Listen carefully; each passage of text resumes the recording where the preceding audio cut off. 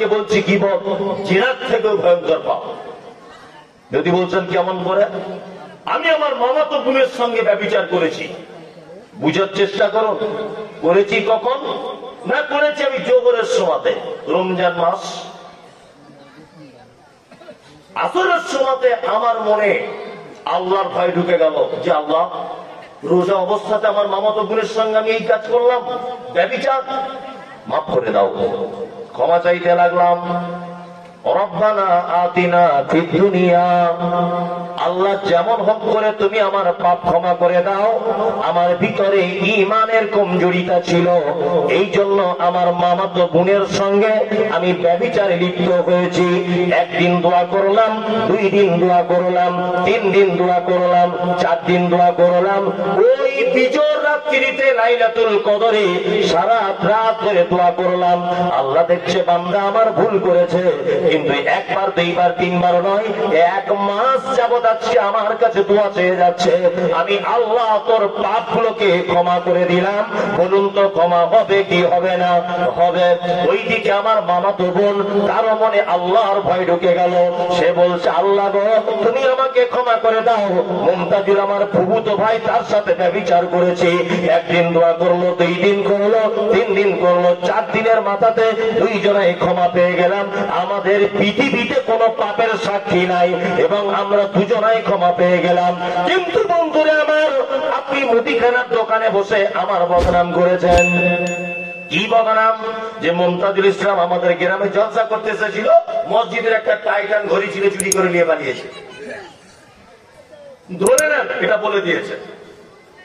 গীবত, এই পাপের হাদিসগুলো শুনেছেন। সকালবেলাতে গিয়ে বলছেন মুমতাজুল ভাই, আমার গুনাহ করেছি ভাই, আপনার বিরুদ্ধে কথা বলেছি, আপনি দয়া করে আমাকে ক্ষমা করে দেন। যখন দোকানে বদনামটা করেছিল তখন দোকানে 25 জন লোক বসেছিল।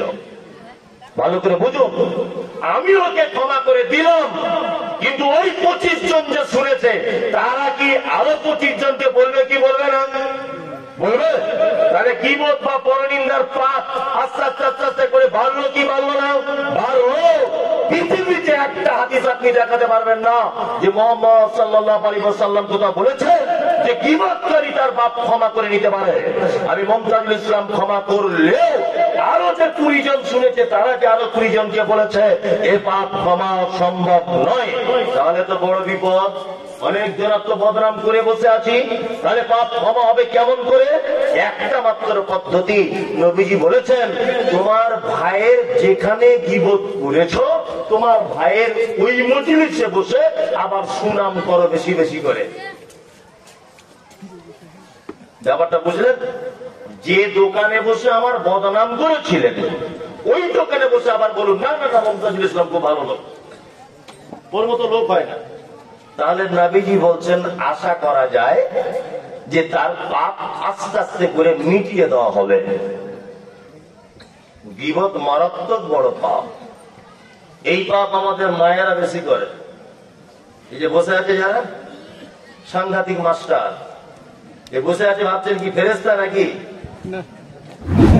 আপনি এখন ওদেরকে ভাবছেন মনে হয় ফেরেশতা বসে আছে না? এখন শুধু বাড়িতে যেতে চান, তারপর কি করে? ওই জন্য তো আমি আপনাকে বারবার বলেছি যে সংসারে সুখ শান্তি যদি রাখতে চান, বজায় রাখতে চান, একটা কাজ করবেন, পাড়ার কোন মেয়েকে আপনার বাড়িতে ঢুকতে দেবেন না। কি বললাম বুঝলেন? পাড়ার কোন মহিলাকে আপনার বাড়িতে ঢুকতে দেবেন না। ঢুকতে দিলে কিন্তু বিপদ। ও আপনার সংসারে গিয়ে গীবত আর পরনিন্দা করে সংসারে আগুন জ্বালিয়ে চলে আসবে।